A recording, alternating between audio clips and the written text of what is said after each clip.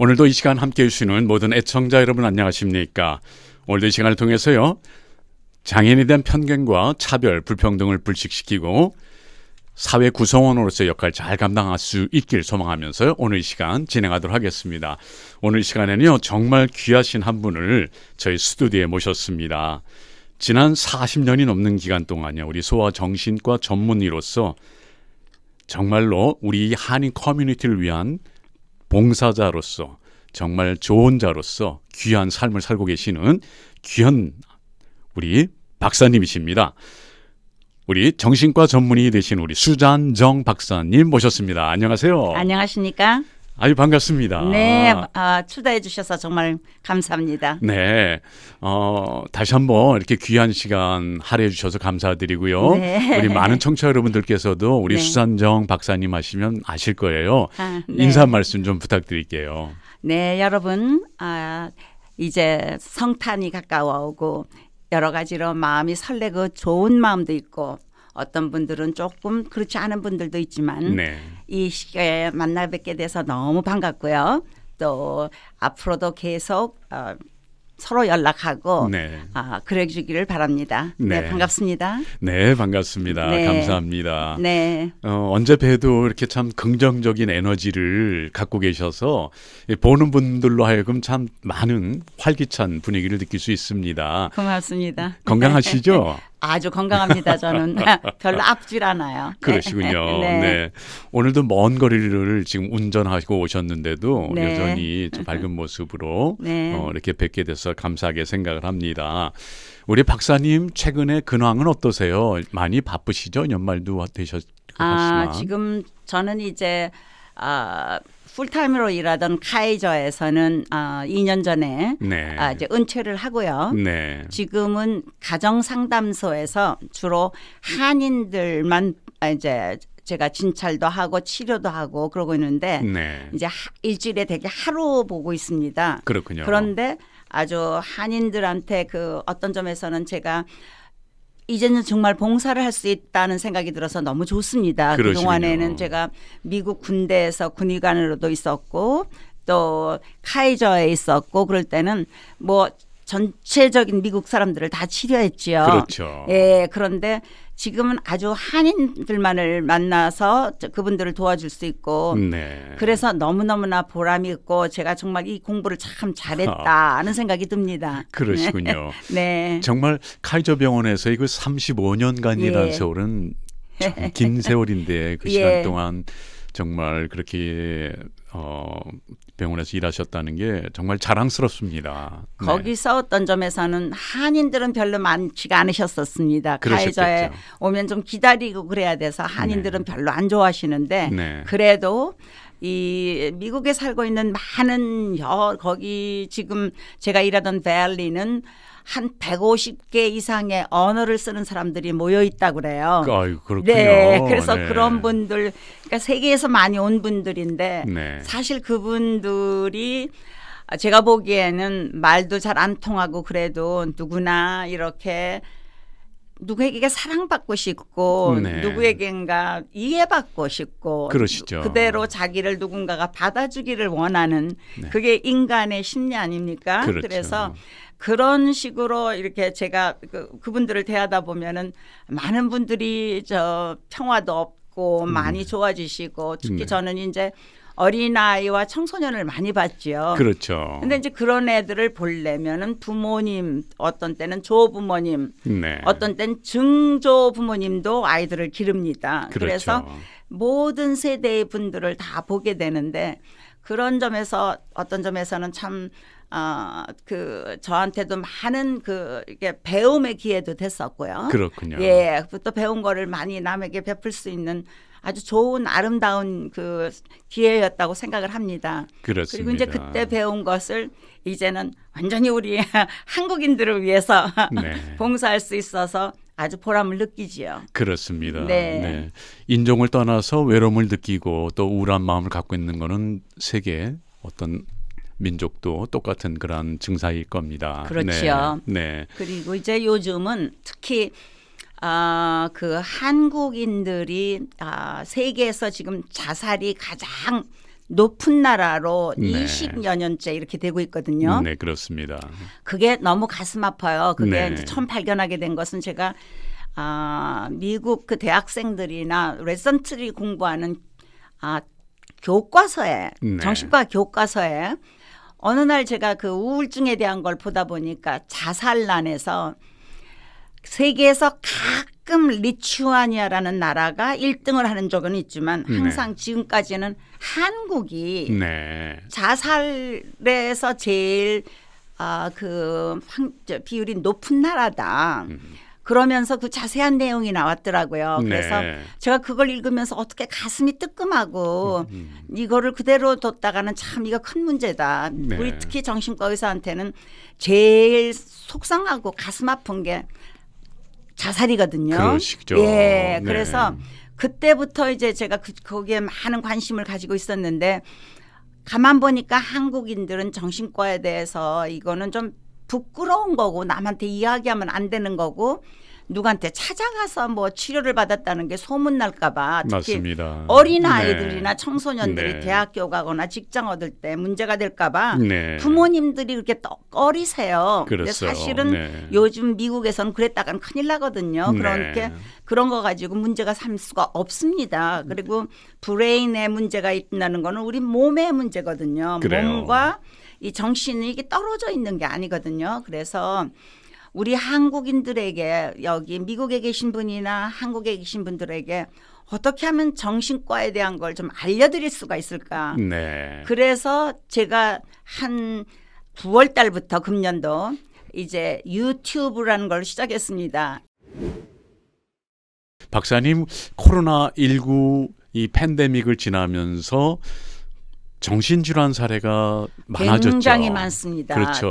특히 청소년들이요. 네. 왜 그러냐면은 이제 뭐 그 아이들이 이제 학교 가는 것이 중요한 것이 제 시간에 일어나서 네. 이제 준비하고 움직이지 않습니까? 그렇죠. 그래서 학교에 가서 공부를 열심히 하건 안 하건 간에 네. 그 어떤 그 스트럭처가 있습니다. 네. 아침 9시에는 뭐 하고 10시에는 뭐 하고 뭐 11시 반에는 점심 먹고 그다음에 이런 식으로 해서 3시, 4시까지 있다가 그다음에 이제 과외 활동도 하고 그냥 오는 아이들은 오지만 이런 그 어떤 행동하는 거 네. 우리가 몸을 움직이거든요. 네. 근데 우리가 몸을 움직이면은 두뇌에서 좋은 화학 물질들이 막 나오거든요. 네. 예를 들면 도파민도 나와서 그게 주의를 갖다 집중시켜주고 세로토닌이라는 것도 나와가지고 불안하고 우울한 것으로부터 이렇게 막아주고 뭐 노에프네프린 나오면 기쁘고 네. 네. 그다음에 우리가 잘 아시는 이제 엔도르핀도 나오고요. 네. 그러니까 왔다 갔다 하고 애들이 운동을 해도 별로 힘들지가 않습니다. 네. 그런 그 어떤 그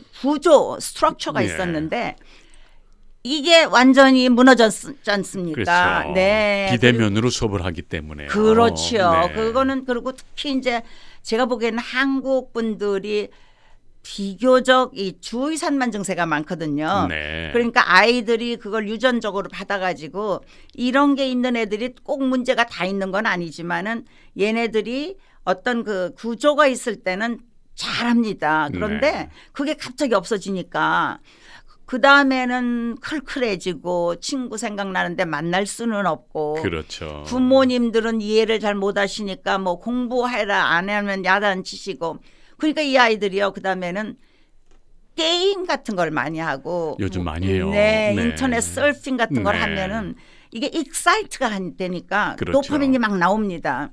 그러니까 운동을 해서 도파민이 나오고 움직여서 나오던 것이 하나도 안 되는데 네. 이런 걸 하게 되니까 그다음에 거기에 자꾸 빠지게 되죠. 그렇죠. 어쨌든 그건 아니래도 이 자기들이 생각하는 거를 친구하고도 나눠야 되고 그러는데 그걸 못 하다가 보니까 지금 한 2년 좀 더 지나면서 많이 우울해지고 네. 불안해지고 네. 그런 아이들이 정말 많습니다. 네. 네. 이런 자녀들을 가까이서 보는 부모들은 어떻게 행동을 해야 할지도. 그래서 네. 부모님들이 참 힘드십니다. 그렇죠. 본인들도 지금 뭐 경제적으로도 고통을 당하시고 여러 가지 그렇죠. 그분들 자체도 문제가 많은데 네.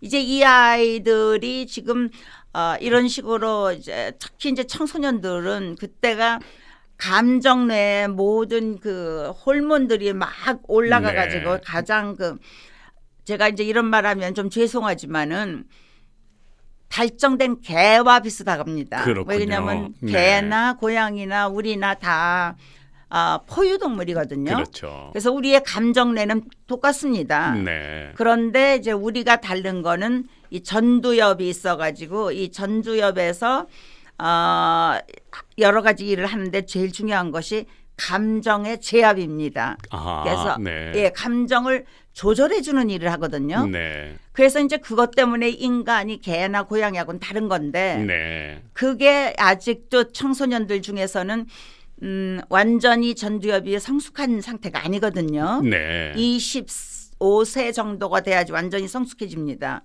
그러니까 12살, 13살, 14살 이런 아이들은 지금 우리 그 감정내 네. 그게 림빅 시스템 번연계라고도 그러는데요. 네. 그거는 가장 많이 항진돼 있어가지고 어허. 우울하고 불안하고 무슨 감정이 막 솟구칩니다. 네. 그런데 그거를 조절해야 되는 우리 전두엽은 아직 반 정도? 그렇군요. 예, 많이 성숙이 안 돼 있는 상태거든요. 네. 그래서 힘든 상태인데 네. 지금 이 아이들이 이제 코비드 때문에 더 문제가 많다가 이제 간신히 학교 가기 시작했거든요. 그러니까 학교 가는 것도 좀 힘들고 안 가려고 그러는 애들도 있고 그런데 그렇죠. 우리는 이제 부모님한테서 유교식으로 훈련을 받아가지고 그러면 야단 맞지요. 왜 그러냐면은 홍익 인간이 돼야 되고 네. 모든 그 가족들이 전부 다 같이 하모니가 돼야 되는데 얘만 이상하게 행동을 하니까 당연히 야단을 치게 되는데 그래요. 야단을 치면은요 좋은 호르몬들이 하나도 안 나와요. 네. 듣는 분이나 말하는 분이나. 네, 그래서 제가 이제 부모님들한테 그저 12살짜리가 12살 같이만 행동하면 그건 칭찬해 주세요. 네. 그러니까 12살 중에서 괜찮은 12살 같이 행동을 해야지 되는데 네. 저 10살이나 9살짜리처럼 행동을 하니까 부모님들이 칭찬거리가 없습니다. 네. 그래서 야단을 치시면은 본인도 속상하고 그렇죠. 아이도 속상하고 그렇죠. 예, 지금 그러니까 기대를 좀 많이 이렇게 내리시고 네. 왜냐하면 애들이 지금 이게 심장 마비 온 상태하고 비슷하겠다고 생각하시면 됩니다. 그렇군요. 왜냐하면 네. 우울하고 불안하고 그러면은요 이 머리가 잘 안 돌거든요. 네. 그렇죠. 그래서 즐겁게 칭찬해 주시고 그러면 도파민이 좀 나오고 세로토닌도 좀 나오고 그래서 아이들이 좀 기분이 좋아지고 네. 그러면 웃는 아이를 보면 부모님도 기분이 좋아지시고 그렇습니다. 그래서 지금은 인기응변으로 네. 그렇게 가족들이 조금씩 기도도 많이 하시고 그렇습니다. 기도를 한다는 건 뭡니까? 우리가 희망을 가지는 거 아닙니까? 그러니까 희망을 가질 수 있도록 하다 보면은 이런 이게 좀 하나의 일종의 트라우마입니다. 네. 코비드라는 상태가 났던 게 부모님들이 그래서 비즈니스들도 많이 떨어지시고 경제적으로 힘드시고 아이들도 그런데 이런 트라우마를 겪으시면서 조금씩 견뎌 나가시다 보면은 네. 아이들은 좋은 게 이 전두엽이 발달이 됩니다. 네. 그래서 12살 되면 아이들이 원인과 결과를 유추할 수가 있고요. 네. 그다음에 16살쯤 되면은 자기의 부모님의 구두에다 자기를 집어넣는 거 그러니까 입장을 바꾸는 걸 할 수 있습니다. 네. 16살 전에 그게 힘들거든요. 네. 그리고 이제 25살쯤 되면은 그래도 완전히 이제 인간 노릇을 할 수가 있습니다. 합리적 생각도 네. 할 수 있고 감정도 많이 조절할 수 있고 판단이라던가 계획이라던가 공부라던가 이런 것들이 훨씬 나아지거든요. 예. 그래서 지금 너무 연연해 하시고 속상해 하시지 마시고 네. 시간을 좀 두는 게 좀 좋을 것 같습니다. 그렇습니다. 말씀 주신 대로요. 예. 우리 자녀들의 정서 발달에는 가족들, 특별히 우리 부모들의 역할이 크다고 네. 이렇게 생각이 되어집니다. 예. 네. 네. 감사드리고요. 정신질환의 40~50%가 유전적인 영향이 있다고 그러세요. 제 생각에는 40~50% 네. 이상입니다. 그러세요. 네. 예, 그래가지고 그 전에 우리가 두뇌에 대해서 잘 모를 때는 네. 뭔지를 모르겠죠. 그래가지고 의지가 약해서 그렇다. 아니면 부모가 뭐 잘못 길러서 그렇다. 이런 네. 식으로 그런 말씀 많이 했어요. 예, 오해들을 네. 했거든요. 네네. 그런데 이제 1990년도에 그때가 이제 Decade of Brain 그래가지고 두뇌의 10년이라고 그래가지고 그때 네. 이제 MRI라던가 CT 스캔이라던가 네. PET 같은 거 이런 것들을 많이 발달이 되면서 네. 우리가 두뇌에 대해서 많이 알게 됐습니다. 그렇군요. 예, 네. 그래가지고 그 이제 우리가 MRI 그 찍을 때는 그냥 찍는 것도 있지만 요즘은요 네. 어떻게 찍느냐면은 이제 찍기 전에 아이의 그 동맥 이제 그 핏줄에다가 네. 동위 원소를 집어넣어요. 아하, 예. 그러면은 이제 그 동위 원소가 두뇌가 가지고 일을 하잖아요. 네. 그럼 그게 반짝반짝반짝합니다. 네. 그러면은 이 두뇌에서 어느 부분에 가서 얘가 일을 많이 하나 아하. 이걸 가지고 알아서 가령 예를 들면은 자폐아들 있잖아요. 네. 네. 그 자폐아들에 대해서 그 전에는 뭐 며느리가 잘못 들어와서 뭐 이런 애가 나왔다 그러고 뭐 네. 이혼시키는 시부모님도 네. 계시고 그랬는데 전부 무식한 소지였죠. 네. 모르니까. 네. 근데 지금은 이제 그러면서 요즘 자폐아에 대한 거 굉장히 연구를 많이 하고 있거든요. 그런데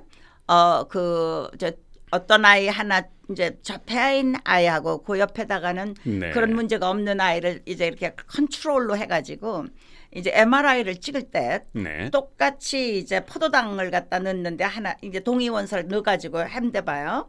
그리고 아이한테 쫙 처음에는 뭐 스트레인지 옆집 사람네 그냥 네. 이제 사진을 줍니다. 네. 그러면 뭐 특별한 변화가 없어요.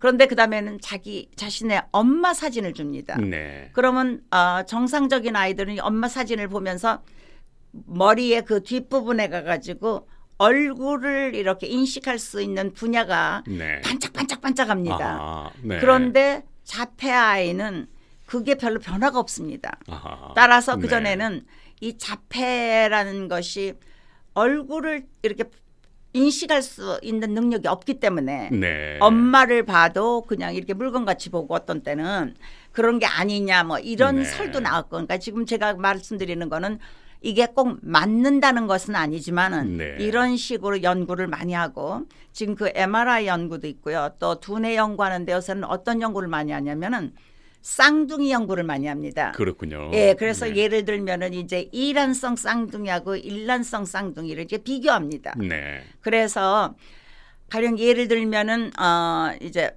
그 bipolar disorder 이게 네. 뭐냐면 조울증 네네. 아니면 양극성 질환이라고 그러죠. 네. 그거는 굉장히 유전적인 영향이 큰 병이거든요. 그리고 뭐 주의산만증도 그렇고 뭐 조현병도 그렇고 전부 다 이게 많은데 이제 예를 들면은 일란성 쌍둥이는 그 뭐 저기 그 양극성 질환 네. 같은 데서는 한 70, 80%가 같이 돼요. 네. 그러나 이란성일 때는 벌써 염색체가 다르지 않습니까? 네. 그러니까 거기서는 훨씬 좀 덜하고 이렇게 아하, 떨어지고. 아하. 그래서 이런 식으로도 하고요. 그 다음에 또 어떤 연구를 하냐면은 이제 음주 하시는 분들 이게 네. 알코올리즘도 굉장히 가족력하고 관계가 될 때가 많거든요. 그렇군요. 예, 네. 그래가지고 어떤 이제 연구를 하냐면은 아버지나 엄마가 이제 심한 그 술 도벽이 네. 술 음주벽이 있는 분들을 거기서 아이가 나왔을 때 네. 그 아이를 양자로 이제 한 아이는 목사님 댁으로 보내고 한 아이는 이제 술주정뱅이 집으로 보냈다고 해요. 네. 이제 그러면 일부러 그런 건 아니지만 그런 거 찾는 거죠. 네. 그런데 아무리 목사님 댁에 가가지고 좋은 영향을 받는 애들도 아버지 어머니가 술주정뱅이였을 때는 훨씬 높아지고요. 그렇군요. 예, 네. 그 술주정뱅이 집에 간 아이는 물론 뭐 더 네. 많을 거죠. 그러니까 환경도 어느 정도는 영향이 되지만 네. 중요한 거는 이렇게 유전인자 그런 것 때문에 많이 온다. 네. 이제 이런 것들을 연구를 많이 해가지고 이게 전부 다 두뇌에 관계되는 거거든요. 그렇군요. 그래서 이제 우리가 조현병이라는 건 옛날에 정신분열증이었거든요. 네. 스키즈프레니아. 대개 뭐 남반구 북반구로 어디를 가도 건 100명 중에 한 명이 나옵니다. 네. 그다음에 이제 조울증. 굉장히 무서운 병이에요. 조울증이. 네. 왜냐하면 양극성 질환이라고 그래서 남극과 북극을 왔다 갔다 하는 건데 이제 북극을 갈 때는 기분이 좋고 남극을 갈 때는 막 우울해가지고 이 병에 걸린 사람들은 20% 그러니까 5명에 1명이 자살을 합니다. 네. 그래서 굉장히 무서운 병이거든요. 근데 이 병도 50명 중에 하나, 그러니까 네. 2%에서 이 병에 걸릴 확률이 있고요. 그러니까 네. 유전적인 게 굉장히 큰 거죠. 그렇군요. 그다음에 한국인들한테 굉장히 많은 주의산만증. 그게 뭐 미국에서는 한 8명, 100명 중에 8명으로 태어난다 그러면 한국에서는 그 2배는 되는 것 같아요. 네. 그러니까 그것도 다 유전적인 게 있는 그렇군요. 거죠. 예. 네. 자, 이제는요. 우리 유튜브 운영하는 거에 대해서 한번 말씀 좀 네. 나눠볼게요. 네. 너무나 신선하고요. 네. 그 내용 하나하나에 그 네. 유튜브 그 제목이요. 수잔정 마음건강 열린상담실이라는 네. 제목이에요. 네. 청취자 여러분들께서도 한번 유튜브에서 검색해 보시면 거기 정말로 필요한 내용들이 담겨 있습니다. 어떻게 또 운영을 하시게 됐는지 아까 잠깐 말씀 주시긴 했지만 다시 말씀 부탁드릴게요. 예. 이제 한국에 있는 저희 연세대학교 의과대학 친한 친구들이 네. 이제 내과 의사들이 많습니다. 네. 그런데 이 의사들이 자기네 찾아오는 이제 환자들 중에서 네. 요새는 그렇게 잠을 못 자는 분들, 또 불안한 분들, 공황 장애가 있는 분들, 우울한 분들 많아요. 이런 분들이 네. 이렇게 많으시대요. 네, 맞습니다. 그래서 자기들이 이제 돕는 데까지는 돕지만은 이게 완전히 정신적인 분야는 이제 정신과 의사한테 가세요. 이렇게 그렇죠. 이제 컨설테이션에서 보내드리면은 네. 부모님들이 화를 막 내신답니다. 음. 우리가 미쳤냐, 우리 애가 미쳤냐, 아니면 내가 미쳤냐. 네. 그래 안 가신대요. 아직까지 부정적인 인식이 있는 그렇죠. 거죠. 네. 그래가지고 이제 저보고 네가 거기서 유튜브 같은 걸 해가지고 내 환자의 부모들, 자식들 갖다가 이제 보내야 되는데 안 가 보내고 아니면 본인들도 안 가는 사람들을 위해서 이분들한테 좀 이렇게 정신과에 대해서 교육을 좀 할 수 있으면 좋겠다. 그렇죠. 얼마나 절실하면 그러셨을까요? 예. 네. 막 그랬는데 그게 5년 전부터 그랬습니다. 그러셨군요. 근데 저는 뭐 유튜브 같은 거는 뭐 이게 인기 있는 사람들이나 하는 거지 저는 네. 그런 거 할 생각을 안 했거든요. 네. 근데 너무나 부탁을 많이 하고 네. 그래서 이제는 이걸 이제 제가 이제 은퇴를 했으니까 조금 시간도 있고요. 네.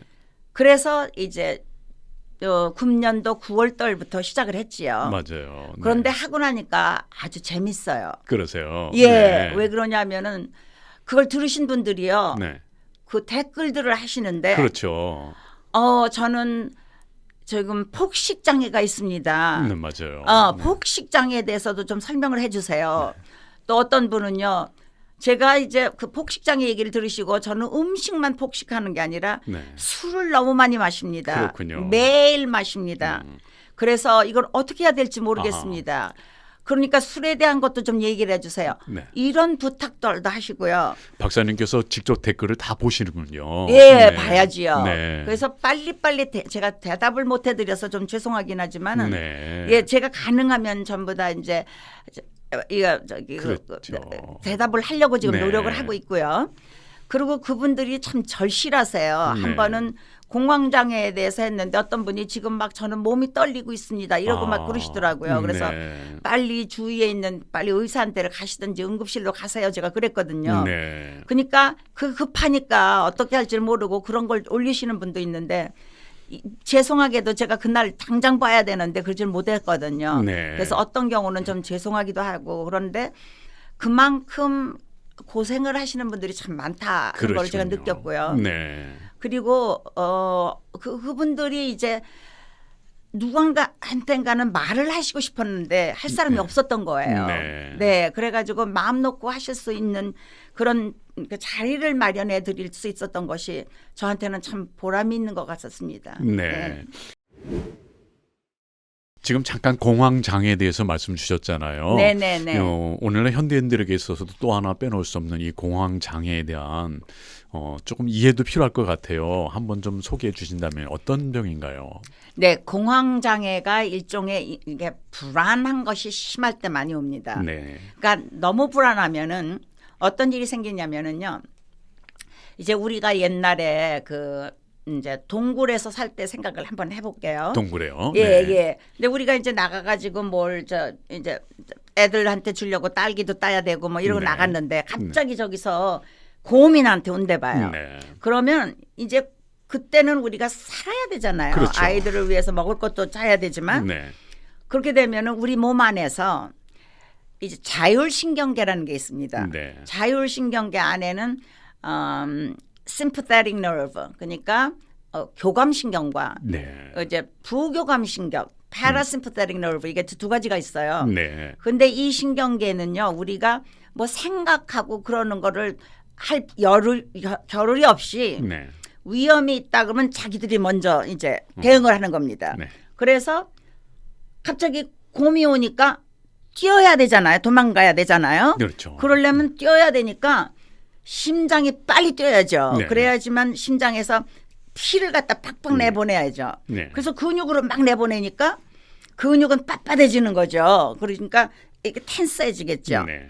그리고 피가 막 가니까 얼굴이나 이런 데는 시뻘겋게 되겠죠. 네. 왜 그냥 피가 많이 가니까.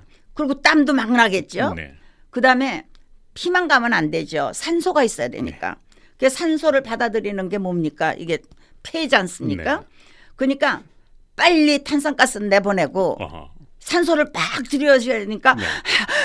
이렇게 빨리 되죠. 숨을 쉬게 되죠. 네. 근데 우리가 하려고 그러는 게 아니에요. 아하. 벌써 자율신경계가 알아서 하는 겁니다. 예. 그러니까 자율신경계가 하는 일이 지금 이런 걸 하다 보니까 심박 빨리 뛰겠죠. 예. 그다음에 가슴이 답답해지겠죠. 네.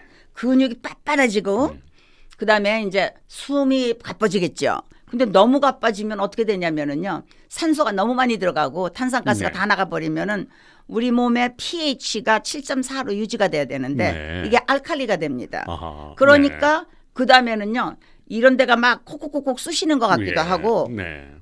넘어질 것 같고요. 아하. 그러니까 그때 숨을 좀 이렇게 멈추시고 이게 힘들지만 네. 천천히 쉬는 게 굉장히 중요하죠. 아하. 그러면은 네. 천천히 쉬다 보면은 부교감 신경이 이제 조금씩 일을 하기 시작합니다. 근데 우리가 그 모르는 사이에 이제 부교감 신경이 하는 일은 우리가 뭐 밥을 먹었을 때 이렇게 소화시키는 거. 네. 그거 얼마나 즐거운 일입니까? 네. 그다음에 우리가 소변을 봐야 되는데 이렇게 그 이제 방광을 갖다가 이렇게 이제 여기 방광이 나오는 이제 그 요도라 그러면은 네. 이걸 쫙 열어줍니다. 예. 그래야지 그 방광에 있던 소변이 쫙 나올 테니까.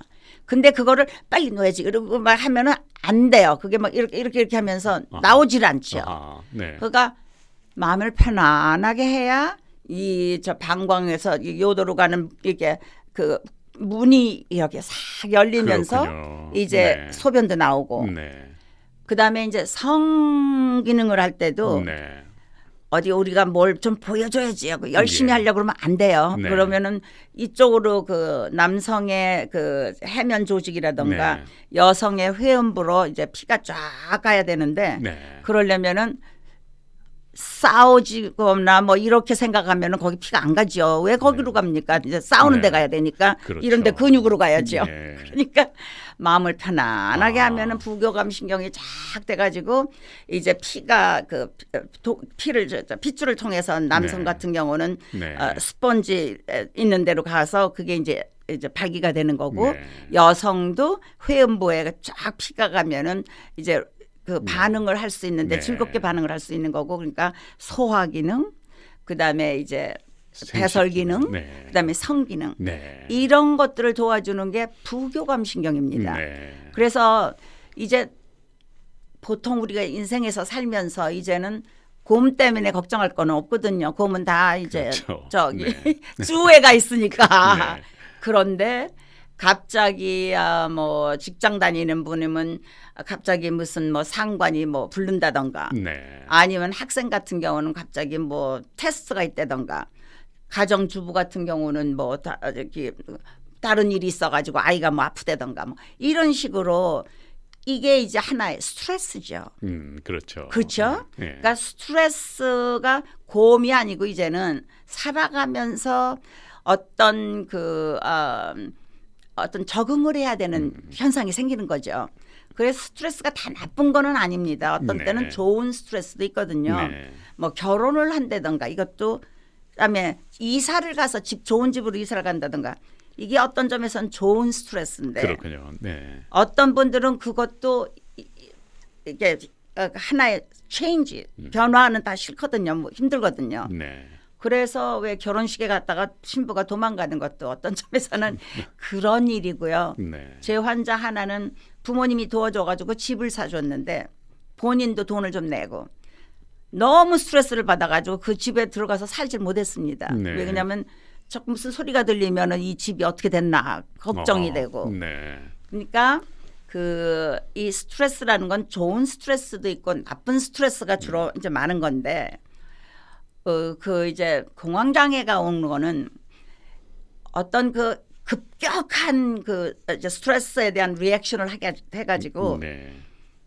그게 이제 갑자기 더 심하게 되는 거죠. 그렇군요. 그래가지고 대개는 어떤 분들은 이제 내가 죽는 거 아닌가, 음. 아니면 어떤 분들은 내가 이거 미치는 거 아닌가. 네. 이러니까 이제 응급실로 이제 우선 가시죠. 네. 근데 이제 응급실에서는 의사들이 뭐 심장 검사니 브레인 검사니 다 합니다. 그러면 대개는 건강하신 분들이니까 아무 문제가 없거든요. 네. 그래서 이제 그분들이 주시는 게 이제 빨리 일을 하는 이제 안정제. 예를 들면은 액티반이라든가 제안엑스라든가 뭐 이런 약들을 드려요. 그럼 한 20분 후에는 약들이 이제 일을 하면은 편안해지고 잠이 들고 네. 깨고 나면은 네. 멀쩡하시거든요. 네. 근데 이제 이런 것이 자꾸 이제 올 수가 있어가지고 제가 아까 말씀드린 그 여러 가지 이제 증세가 한 13가지가 올 수가 있습니다. 네. 가슴이 뛰고 숨가쁘고 뭐 이게 근육이 빳빳해지고 이게 이상해지고 뭐 이런 것들 중에서 한 4가지만 오면은 이거는 이제 공황장애라고 이제 진단을 합니다. 네. 그런데 대개는 이런 문제가 생기는 게 아무 문제가 없던 분들도 있지만 네. 어떤 분들은 보통 때 이제 불안장애가 있었거나 네. 아니면 제가 아까 말씀드렸던 무슨 그 조울증이 있었거나 아니면 다른 우울증이 있었거나 네. 이런 것이 있던 분 중에서도 이게 올 수 있는 확률이 크고요. 네. 어떤 분들은 그런 게 별로 없다가 이게 갑자기 생기는 수도 있습니다. 그렇군요. 네. 이게 불안한 거니까요. 네. 이게 왜 그러냐면은 제가 아까 말씀드린 것처럼 고음이 나타났다고 생각하면 되거든요. 그렇죠. 그래서 네. 제가 아는 여자 환자 한 분은 한 40대 되는 분인데 주무시다가 깼는데 갑자기 이렇게 가슴이 막 뛰고 너무 불안해서 앉아 있죠. 둔너 있을 수가 없어서 문 박차고 나가셨답니다. 네. 그래서 숨을 갖다가 좀 많이 쉬고 그랬는데도 참 나아지지가 않아가지고 이제 주무시다가요. 예, 네. 깨가지고 네. 그래가지고 갑자기 이렇게 오시는 분들도 네. 있고요. 또 제가 치료하던 미국인 남성 하나는 아주 뭐 락히드 뭐 이런 데서 네. 높은 자리에 있던 분이에요. 네. 그런데 이분은 이제 자기가 직장에 갈 때 어떤 다리를 지나가야 되는데 그 다리를 지나갈 때면 이런 게 생겨요. 네, 그래가지고 이제 약을 잘 쓰고 그러니까 아까 제가 말씀드린 것 같은 갑자기 생겼을 때 금방 쓰는 항불안제 네. 이거는 급할 때 쓰시는 거고 네. 지금 이런 제가 봤던 그 엔지니어라든가 네. 이제 그 가정주부 같은 경우는 대개는 가장 좋은 것이 항우울제 네. 뭐 그렇군요. 프로젝, 네. 탁슬, 솔로프트, 셀렉사, 렉사프로 이런 것들은 처음에 약을 쓰면 이게 혈중 농도가 어느 정도 올라가야 됩니다. 네. 그러려면 한 1주, 2주, 어떤 경우는 3주, 4주 걸리는 분들도 네. 있는데 그때 이제 회사가 이렇게 쭉 쓰시다 보면 이게 올라가면 그 다음부터는 예방이 됩니다. 그렇군요. 예, 네. 그래서 그게 네. 중요합니다. 네. 그러니까 많은 한국 분들은 급할 때 쓰시는 것만 쓰려고 그러는데 네. 그거는 처음에 항우울제가 일할 동안에는 그걸 쓰시고 네. 그다음에 이제 어디 나가실 때나 그럴 때 급해서 걱정이 될 때는 들고 다니시면 돼요. 네. 그러다 필요하면 쓰시는데 그것만 쓰셔서는 예방을 못 합니다. 네. 예, 예방을 하시려면은 SSRI라고 그러는 이 항우울제 Selective Serotonin Reuptake 예. Inhibitor 그래가지고 세로토닌 재흡수 억제제. 그게 뭐냐면은 뉴런 신경세포 하나에서 고담 신경세포로 이렇게 이제 보내는데 거기에 이제 시냅스라는 게 있는데 거기로 화학물질이 나와야 되는데 네. 그 화학물질 중에서 세로토닌이 이게 줄어들면 우울하거나 불안해집니다. 네. 그리고 불안한 사람들 중에서 이게 이제 제가 아까 말씀드렸던 패닉 디스오더, 그러니까 공황 장애가 많이 오죠. 그러니까 그 약을 쭉 쓰시고 그럼 예방도 되고 그다음에 그때마다 급할 때 쓰시는 거는 네. 그 처음엔 쓰시고 가지고 계시고 이렇게 하면은 좋은 치료가 됩니다. 그래서 네. 고생하실 필요가 없습니다. 그렇습니다. 예, 네. 예. 네. 공황 장애에 대해서 우리 수잔정 박사님께서 아주 자세하게 설명을 해주셨습니다. 청취자 여러분들의 많은 또 관심이 되어주시고 또 도움이 되었으면 좋을 것 같습니다. 박사님, 요즘 같은 연말 연시에요. 모두가 즐겁고 이런 기쁜 분위기인 반면에 또 우울증을 겪는 분들도 계시다 그러세요. 많지요. 네. 본래가 이제 우울증이 있던 분들도 네. 이제 대개 언제 많이 시작을 하냐면은 여성은 이게 처음에 월경을 시작할 때 네. 12살, 13살, 네. 요즘은 좀 9살, 10살에 하는 애들도 있어요. 네. 그때 이제 제가 아까 말씀드린 것처럼 우울하고 불안한 게 올 수가 있습니다. 그러고 그다음엔 괜찮아져요. 네. 그리고 이제 여성인 경우는 임신했을 때나 아기를 낳았을 때 네. 이때 이제 산후 우울증이 있죠. 네. 네. 그리고 그다음에 이제 언제 또 올 수가 있냐면은 폐경기.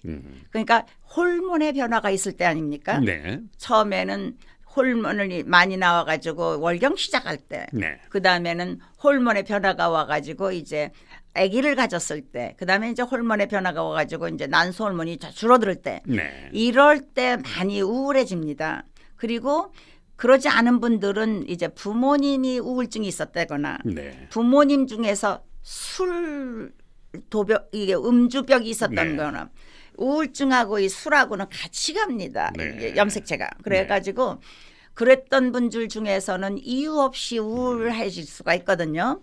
이제 물론 그 다음에 이제 직장 문제라던가 아니면 사랑하는 사람을 잃었다던가 뭐 이럴 때는 이제 그게 하나의 스트레스가 돼가지고 네. 이게 이제 하나의 그 트리거가 돼가지고 더 우울해지는데 이제 보세요. 가을 되고 11월 되고 이럴 때는 태양의 그 빛이 있는 그 양이 많이 줄어듭니다. 네. 그래서 이 태양빛이 줄어들면은 많이 우울해집니다. 그렇죠. 예. 네. 그래서 그걸 이제 계절성 우울증, seasonal affective disorder라고도 부르는데요. 네. 그거하고 영향이 많죠. 아. 그래서 그럴 때문에 우울할 수가 있고요.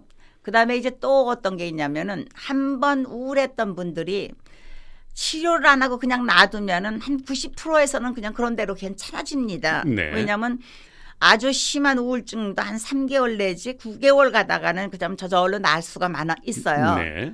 근데 그때 이제 치료를 하신 분들은 그다음에 그게 재발하는 확률이 적고 네. 재발이 되더라도 아주 심하지가 않습니다. 네. 그런데 이제 우울증이 왔을 때 그냥 지나가 버렸다. 그러면 뭐 괜찮겠지 하고 계시던 분들 중에서는 이제 뭐 사랑하는 사람을 잃었다던가 게다가 이제 날씨도 이렇게 꾸물꾸물하고 네. 해도 이제 안 뜨고 네. 이런 여러 가지 조건이 이제 갑자기 이게 생기게 되면은 다시 우울해질 수가 있는데 그렇군요. 네. 지난번에 괜찮았으니까 이번에도 괜찮겠지 하고 그냥 지나가시면 그다음에 좀 자주 옵니다. 우울증이. 네.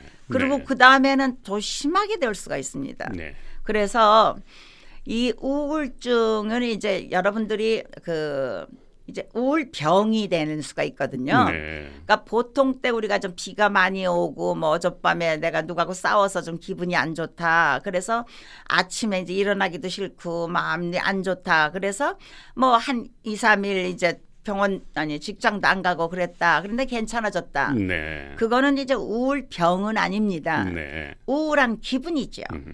그러니까 우울한 기분과 우울병을 어떤 분들이 이렇게 구별을 잘 못하십니다. 아하, 네. 그리고 아이들도 네. 이게 어떤 아이들은 어느 날 이제 괜히 아침에 일어났는데 배도 좀 아프고 머리도 아픈 것 같고 우울하면 어디 몸이 아픕니다. 네. 그런데 그게 이제 계속 한 2주를 계속 한대 봐요. 네. 아이들은 1주, 어른은 한 2주. 네. 그러고 그다음에 이제 우울한 기분은 청소년들은요 우울하단 말 절대로 안 합니다. 우울하지도 않고요. 어떤 맞아요. 남자분들도 네. 그렇고 네. 갑자기 뭐 몸이 피곤해지고 이유 없이 그다음에 잠을 청소년들이 갑자기 많이 자고 네. 어른들 남자분들이나 노인들이나 애들은 잠을 잘 못 자고요. 네. 그런데 중년 여자분들이나 청소년들은 너무 많이 잡니다. 그리고 입맛도 어른들, 남자 어른, 노인들, 애들은 입맛이 좀 떨어지고요. 네. 그러나 청소년들하고 이 여자 중년 여자들은 너무 입맛이 좋아져가지고 막 살이 찝니다. 예. 그래가지고 청소년들 같은 경우는요 어디 나가지도 않고 몸이 뚱뚱해지니까 더 못 나가죠. 그렇죠. 예, 잠만 자고 먹어대니까 자꾸 그렇게 되겠죠. 네. 그 자기의 그 셀프 이스팀이 많이 떨어지니까. 근데 이제 그것만이 아니고요. 아까 제가 그냥 피곤해진다고 얘기를 했지 않습니까? 네. 피곤한 거에서 그치는 게 아니라 어떤 사람들은요. 사방이 좀 아파요. 머리도 아파지고 좀 배도 아프고 뭐 쑤시기도 더 하고 네. 아픈 게 많아지고요. 네. 그러면 근데 이제 지금 그러니까 기분 차이도 나지만 이제 몸에 이렇게 변화가 많이 오고 네. 그다음에 인식에 많이 변화가 오는 것이 사고에 어떤 그 어디에 이렇게 집중해서 생각을 못 해요. 네. 그리고 생각을 하려고 해도 중요한 것이 결정을 해야 되는데 결정을 못 합니다. 네. 그리고 이거는 일종의 우리의 사고 방식에도 변화가 오는 거죠. 네.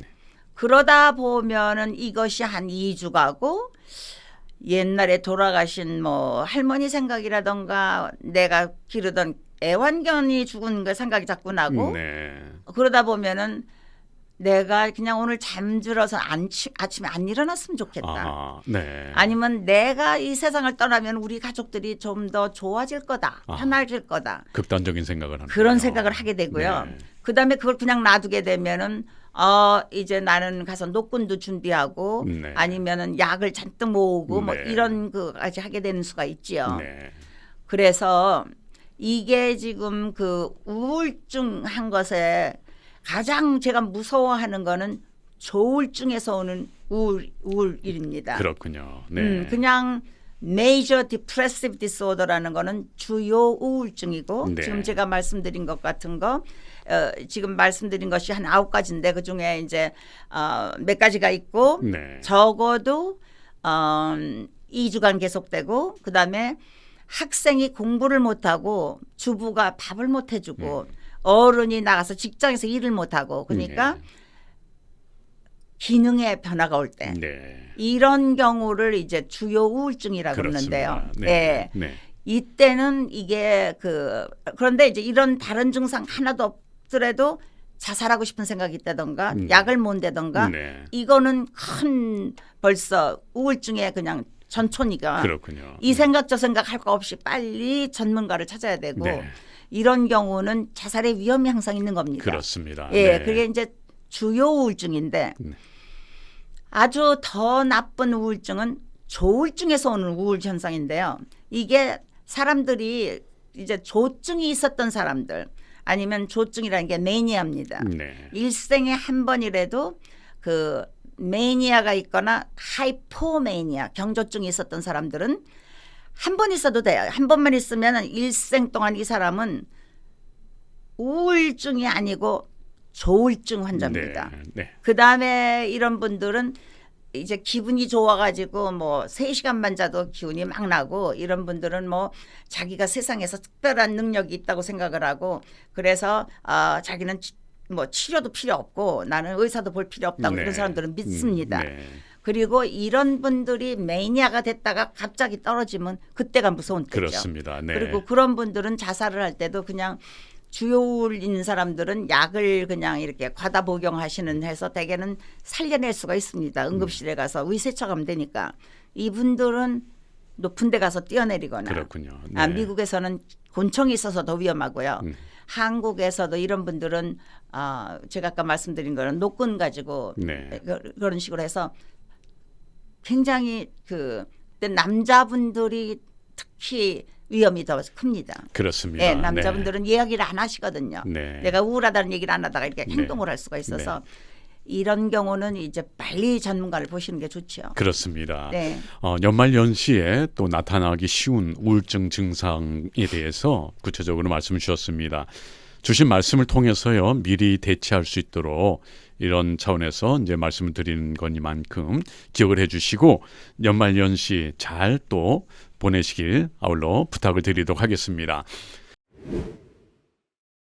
박사님 여러 책을 집필을 하셨는데요. 최근에 참 흥미있는 책 제목이 있더라고요. 네. 책 제목이 네. 누구에게나 마음의 병이 있다. 예. 네, 정말 많은 공감이 되어진 책인데요.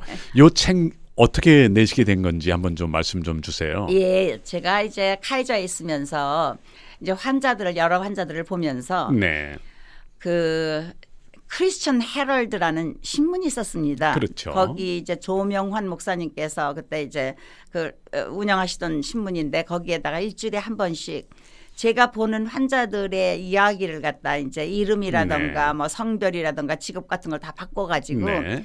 그 이야기를 많이 썼습니다. 그래서 이제 그걸 보시는 분들이 대개 이런 병도 있구나. 그리고 이럴 때는 이렇게 치료를 하는구나. 그걸 이제 아시게. 네. 그런데 이제 목사님께서 그거를 갖다가 다 이제 편집을 하셔가지고 출판을 해주셨습니다. 그렇군요. 그래서 그때 그 책 이름이 문제아는 없다. 아하, 네. 네. 아이들 이제 도와줘야 된다. 네. 문제아는 없다라는 거로 책을 냈습니다. 네. 2002년에. 네. 근데 이제 그거를 우연히 한국에서 어떤 심리학 교수가 보시고 네. 이게 지금 한국에서 일어나는 모든 일에고 굉장히 이게 맞는다. 아하, 이걸 알아야 네. 되겠다. 네. 그래가지고 이제 저한테 그 책을 감수하셔가지고 제가 네. 2002년에 썼던 책은 이제 말도 제가 옛날식으로 쓰고 요새는 그런 말 안 쓰는 것들도 많고 그래서 네. 그분이 이제 좀 고치시고 아하. 그래가지고 이걸 새로 책을 내겠다. 아, 그리고 네. 그분이 이제 뭐라 그러셨냐면은 누구에게나 마음의 병이 있다라는 거로 이제 하시겠다 그래요. 네. 그래서 저는 이제 속으로 어떻게 생각을 했냐면 누구나 다 마음의 병이 있는 건 아닌데 그런데 그래도 네. 어떤 점에서는 이 상처들을 입은 사람들이 많지 않습니까? 한국은 특히 전쟁이라든가 가난이라든가 그다음에 우리 그 유교 사회에서 여성들이 여러 가지를 겪고 네. 그런 저는 그 이제 하나의 상처, 트라우마를 생각을 했습니다. 그렇죠. 그래서 네. 저도 그런 게 많거든요. 그렇죠. 그래서 네 그럼 그렇게 하십시오. 네. 그래가지고 이제 그 책이 나온 겁니다. 그러니까 네. 2002년에 했던 책을 2021년에 했으니까 19년 만에 이제 이름도 바꾸고 뭐 햇빛을 다시 본 책입니다. 네, 그렇습니다. 그래. 예. 어느 누구에게나 뭐 닥치지 않으리라는 보장이 없는 이런 상황에서 네. 참 많은 이 책에 공감이 있으리라 생각이 되어지는데요. 네.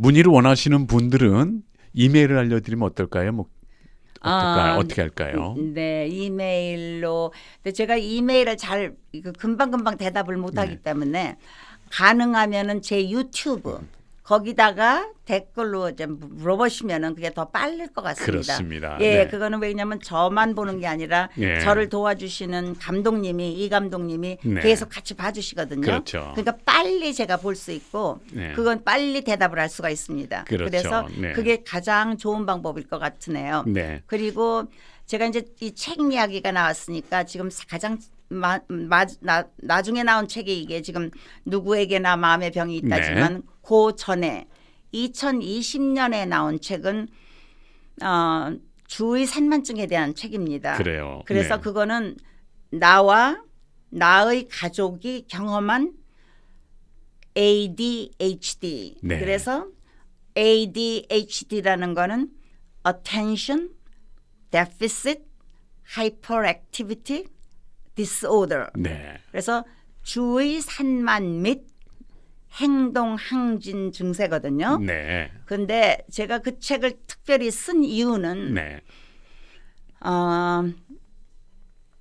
굉장히 이 한국 사람들한테 많습니다. 네. 그리고 한국 분들이 전혀 자기가 있다는 거 모릅니다. 네. 왜냐하면 제가 몰랐거든요. 저도 있는 거를 50이 넘어서야 정신과 의사는 제가 알게 됐는데 네. 그냥 보면 병 같지도 않아요. 네. 그래서 구글에 어떤 사회학자 한 분은 뭐라고 쓰셨냐면은 멀쩡한 애들한테 괜히 이 병이 있다고 그래가지고 의사들이 제약회사하고서 짜고서 돈 벌려고 만든 병이다. 네. 이렇게까지 쓴 분이 있습니다. 예. 왜냐하면 이런 것을 있는 아이들이 저 같은 경우가 지금 굉장히 그 주의산만증 제가 아주 티피컬한 환자거든요. 예. 근데 제가 몰랐던 이유는 생각을 안 했기 때문에 야, 이런 게 있으리라고 네. 생각을 안 했거든요. 예. 근데 이제 어떻게 알게 됐냐면 주의산만 및 행동항진증이라는 이 병은 특별히 어디가 이상하게 행동하는 것도 아니고 네. 아이들이 이제 태어났는데 대개는 이게 유전적으로 태어납니다. 그래가지고 아이들이 이제 이렇게 가만히 앉아서 주의를 집중하는 것이 좀 힘들어요. 네. 그리고 그러나 머리가 좋은 애들은 성적 괜찮습니다. 네. 저 같은 경우는 뭐 네. 성적 굉장히 좋았거든요. 예. 그런데 행동항진은 부산한 애들 교회에서도 뭐 예배 보는 시간에 뛰어다니고 뭐 이런 애들을 네. 생각하시는데 그런 아이들도 나이가 좀 들면 그게 다 없어져요. 많이 없어지는데 네. 주의산만증 자체는 그렇게 없어지는 게 반은 그대로 갑니다. 어른까지. 그렇군요. 예, 네. 그래가지고 저 같은 경우 이제 제 큰딸이 학교를 참 다니면서 공부도 잘하고 머리가 좋았어요. 그런데 네. 매일 숙제한 걸 잊어버리고 가고 아하. 네. 매일 제가 점심시간에 갖다 줘야 되고 네. 고등학교에서 얘가 아마 머리는 1등 할 수 있는 머리일 거예요. 그 말보로라는 여학교 프라이빗 스쿨을 다녔었는데 네. 한 뭐 5등 정도 하더라고요. 네. 근데 왜 그러냐면은 뭘 자꾸 잊어버리고 안 가져가고 뭐 아하, 그랬기 네. 때문에 그리고 숙제도 좀 늦게 내고 그런데 얘가 이제 이제 버클리 가가지고 이제 엔지니어가 돼가지고 졸업을 해가지고 좋은 남편 만나가지고 결혼 다 했어요. 네. 그럼 한 30살쯤 됐는데 제가 얘한테 읽으라고 어떤 책을 보내줬냐면은 Driven to Distraction 그래가지고 닥터 에드워드 할로웰이라는 정신과 의사가 쓴 책을 얘한테 보내준 겁니다. 네. 그러니까 벌써 제가 무의식적으로 아마 우리 딸이 이게 있는지도 모르겠다고 생각을 했었나 봐요. 아하. 근데 그렇군요. 사람의 무의식이란 건 무섭지 않습니까? 네. 그것도 지금 진작 보내주지도 않고 30살 다 돼서. 예. 예. 그랬더니 얘가 그 책을 읽고 나서 엄마 내가 이 반자야 그러면서 제가 이제 카이저 멤버기 때문에 정신과 샌프란시스코 카이저를 갔대요. 그랬더니 의사가 너 정말 있어. 그러고서는 에드럴이라는 약을 갖다 처방을 해줬답니다. 예. 그래서 그거를 자기가 이렇게 약을 먹었더니 직장 생활하는데도 뭐 늦지도 않고 기억을 또박또박 잘하고 그렇군요. 집에 와서도 그렇고 네. 그래가지고 엄마 내가 이거 환자야 그리고 저한테 전화를 했더라고요. 네. 근데 저하고 얘하고 똑같거든요. 그렇군요. 그러니까 얘가 어렸을 때 매일 싸웠거든요. 그랬는데 내가 그러고 보니까 저희 아버지가 굉장히 이게 템퍼가 많았고 네. 저희 아버지가 아주 잘생기고 노래도 잘하고 뭐 전매청에서 높은 데까지 네. 올라가시고 그랬는데 아주 어머니한테 화도 잘 내시고 좀 그랬어요. 그런데 제가 보기에는 그 주의산만증이 있는 사람들이 뭐 사람들은 다 머리가 나쁘다고 생각을 하는데 그렇지 네. 않거든요. 네. 머리가 좋은 주의산만증도 있거든요. 그런데 그 감정이 너무 예민하고 네. 이런 분들이 자기가 원하면은 아주 그냥 하이퍼 포커스에서 올인 합니다. 네. 그러니까 저희 아버지는 직장 생활을 정말 1등으로 잘했고 저 같은 경우도 공부 제일 잘했고요. 우리 딸도 학교에서 공부 잘했고 그러는데 이제 우리는 특징이 걔나 저나 뭐 잘 잊어버리고 그렇군요. 예, 우리 네. 딸이 벌클리 간 다음에 미장원에 가면은 저기 은하가 이거 저 우산 두고 갔어요. 네. 또 도서관에 가면은 걔가 여기 책도 두고 갔어요. 뭐 네. 이런 거예요. 다 잊어버리고. 그렇군요. 네. 그래서 이런 문제가 있는 애들이 네. 저 같은 경우는 그런대로 저희 어머니가 굉장히 사랑으로 저를 길러주셨습니다. 네. 그리고 일찍 기독교를 받아들이셨습니다. 한국에서. 네. 근데 우리는 우리 가족이 피난민들이에요. 네. 이북에서 이제 내려왔거든요. 그래가지고 어머니가 일찍 그 기독교를 받아들이셔가지고 제가 뭘 했는데 이렇게 항상 사랑으로 이렇게 해주시고 너는 뭐든지 잘하는 애야라고 이렇게 말씀을 하셨어요. 그러니까 나는 뭐든지 잘하는 애인 줄 알았습니다. 내가 이렇게 문제투성이라는 걸 몰랐죠. 그러니까 내가 주의산만증이 있다는 것도 딸이 먼저 발견했기 때문에 그다음에 안 거거든요. 그러니까 저는 어머니의 그 공로로 지금 제가 있는 거고 아버지가 굉장히 이게 좀 턱식하실 때가 있었는데 그걸 잘 보호해 주셨습니다. 그렇습니다. 아버지로부터 저희를. 그래서 저는 어머니한테 굉장히 그 감사를 느끼는데 이제 이거를 제가 이제 어떻게 돼서 이 책을 쓸 생각을 했냐면은 이 주의산만증이 한국 사람들한테 많다는 걸 어떻게 알았냐면은요. 제가 카이저에 있을 때는 별로 한국 분들이 오시질 않으니까 모릅니다. 그런데 가끔 이제 이 커뮤니티나 한국에서 어떤 분들이 오셔가지고 내가 무슨 문제가 있는데 좀 봐주세요. 그럴 때가 있어요. 그러면은 제가 카이저에 있으면서 카이저 멤버가 아니니까 볼 수가 없지 않습니까?